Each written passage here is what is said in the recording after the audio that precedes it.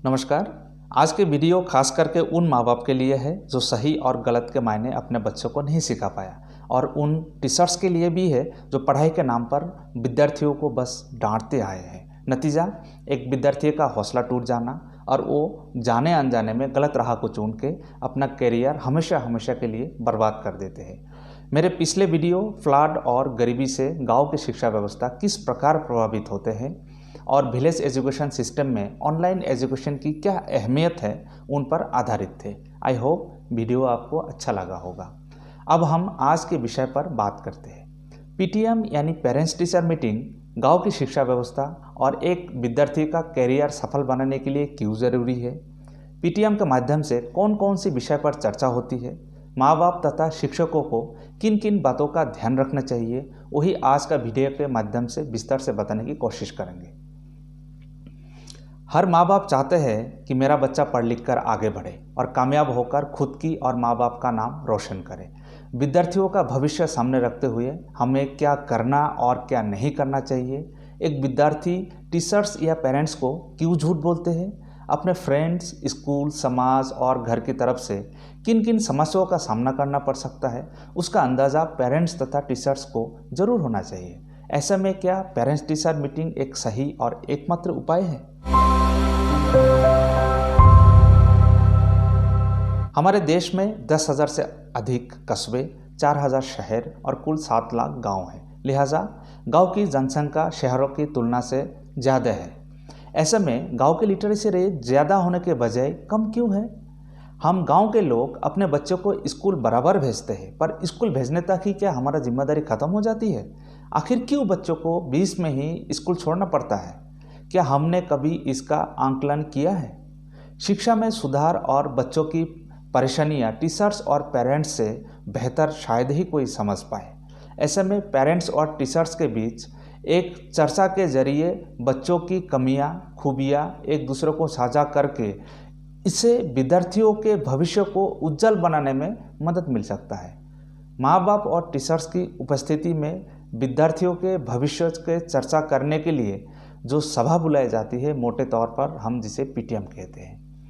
अब सबसे पहले हम जान लेते हैं कि मूल रूप में पीटीएम का क्या क्या उद्देश्य है। विद्यार्थियों की चहुमुखी विकास पर चर्चा, उनके आचरण, व्यवहार और शिक्षा के स्तर पर चर्चा, टीचर्स से गार्जियंस की सीधी संवाद, शिक्षा प्रणाली को और बेहतर बनाना, माँ बाप या गार्जियंस की स्कूल के प्रति कोई शिकायत हो तो उस पर चर्चा। अब हम बात करते हैं शिक्षा के स्तर पर।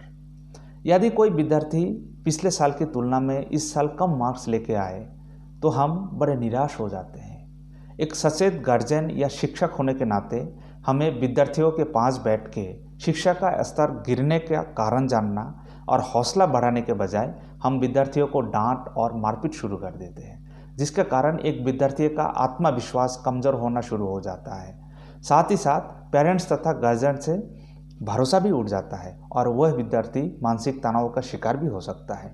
ऐसे गंभीर मसले गार्जियंस और टीचर्स एक दूसरे से साझा करना बेहद ज़रूरी है, जिसके लिए पीटीएम एक बेहतर प्लेटफॉर्म माना जाता है। पीटीएम के माध्यम से विद्यार्थी की कमियां, उनके आचरण तथा व्यवहार पर चर्चा करके उनमें सुधार निश्चित रूप में लाया जा सकता है। हर स्कूल की कुछ ना कुछ कमियां जरूर होते हैं, चाहे वो स्कूल की शिक्षा प्रणाली या अन्य मामले में हो। ऐसे में सचेत गार्जियन से सुधार की सलाह लेकर स्कूल का माहौल और बेहतर बनाया जा सकता है। हम जाने अनजाने में कुछ ऐसे गलत काम कर देते हैं और गलत काम और नकारात्मक काम कर देते हैं जिसका प्रभाव सीधे सीधे बच्चों की भविष्य को प्रभावित करते हैं। माँ बाप और टीचर्स को क्या करना चाहिए और क्या नहीं, आइए हम वो जान लेते हैं। विद्यार्थियों के सामने धूम्रपान, मदिरापान, खैनी, गुटखा का सेवन करना। मिसाल के तौर पर आप अगर किसी को अनुकरण करके सिगरेट या बीड़ी पीने जैसे नशा करते हो तो जाहिर सी बात है कि आपके बच्चों भी आपको फॉलो करके सिगरेट या बीड़ी पीना सीख सकता है, क्योंकि वो आपकी हर एक्टिविटी को बड़ा गौर से अनुकरण कर रहा है। नशीली चीज़ों का सेवन ही एकमात्र गलत काम का उदाहरण नहीं है जो बच्चे हमसे सीख लेते हैं। ऐसे बहुत से उदाहरण हैं, जैसे बच्चों को सामने झूठ बोलना, बच्चों को सामने बदतमीजी करना, पति पत्नी का झगड़ा करना, इत्यादि इत्यादि। झूठ का एक सरल उदाहरण देता हूँ। अगर आपका मोबाइल फ़ोन पर बार बार घंटी बज रही है और वो कॉल आप अटेंड नहीं करना चाहते हो तो बड़े आसानी से कह देते हो, बेटे ज़रा फ़ोन उठाओ और कह दो कि पापा घर पे नहीं है। हम सोचते हैं कि समझ नहीं पाएगा, बच्चा छोटा है, पर यह सोचना भूल गए कि बच्चों की दिमाग कंप्यूटर से भी तेज़ है। आए दिन झूठ बोलना वो आपसे सीख रहा है।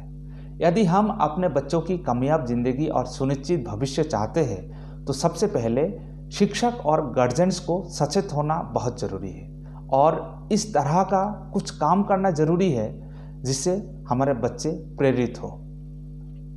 उदाहरण के तौर पे सुबह जल्दी जगना, बच्चों के सामने खाली पेट पानी पीना, अपना बाल बनाना, बच्चों के साथ ब्रश करना, उन्हें हाथ धोने जैसे ज़रूरी कामों की सटीक प्रक्रिया सिखाना, स्कूल से दिए गए होमवर्क करने में मदद करना, स्कूल में कौन सी फ्रेंड के साथ क्या क्या गेम खेला, टीचर्स ने क्या कहा, इत्यादि बातों का ख्याल रखना, पूरे फैमिली एक साथ भोजन करना, बच्चों को कभी अपने मर्जी से खेल खेलने की मौका देना, आस पड़ोस के बच्चों के साथ मस्ती करने की इजाज़त देना, उन्हें उनके ऊपर दबाव ना बनाना।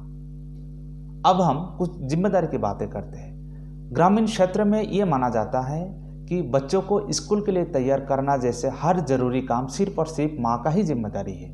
बाप होने के नाते आपने अपने बच्चों को कितना दिन या आखिरी बार कब स्कूल के लिए तैयार किए थे, शायद आपको याद नहीं है या कभी आपने किया ही नहीं होंगे। जिम्मेदारी किसी का भी हो, वो बात की बात है। हमारी फोकस अगर बच्चों की भविष्य पर है तो ये जिम्मेदारी माँ और बाप दोनों को उठानी पड़ेगी।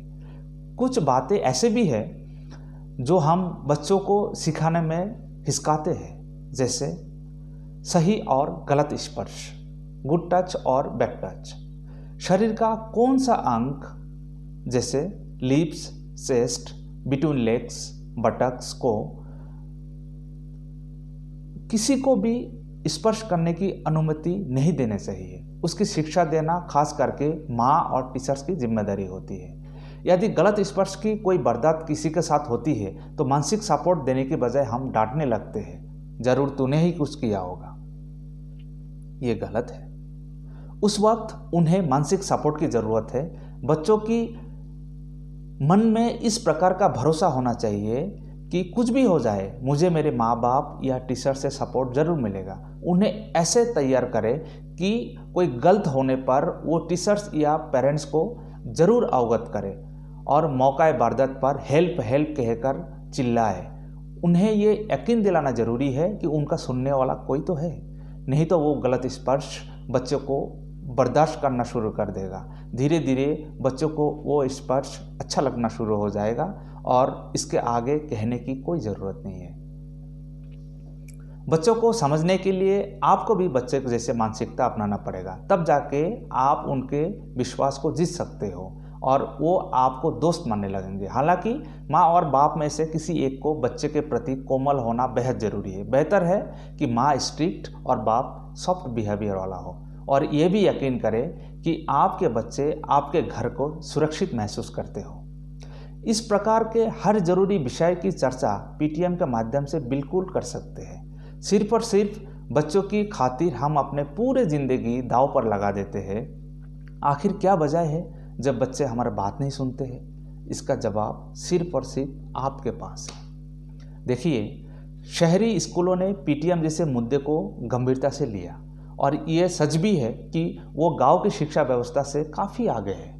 पर मेरा ये मानना है कि गांव की शिक्षा व्यवस्था में पीटीएम को ज़्यादा से ज़्यादा अहमियत देना चाहिए ताकि पेरेंट्स और टीचर्स के दरमियान जो फासला है वो बिल्कुल कम हो जाए।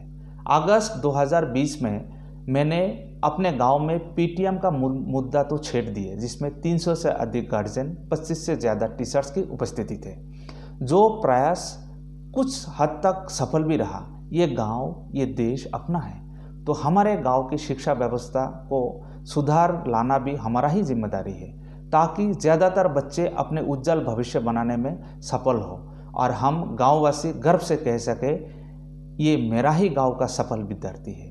वीडियो कैसा लगा और कोई सुझाव है तो कमेंट ज़रूर करें। चैनल को सब्सक्राइब और बेल आइकन को दबाएं ताकि अगले वीडियो का नोटिफिकेशन आपको ज़रूर मिले। Thank you. जय हिंद।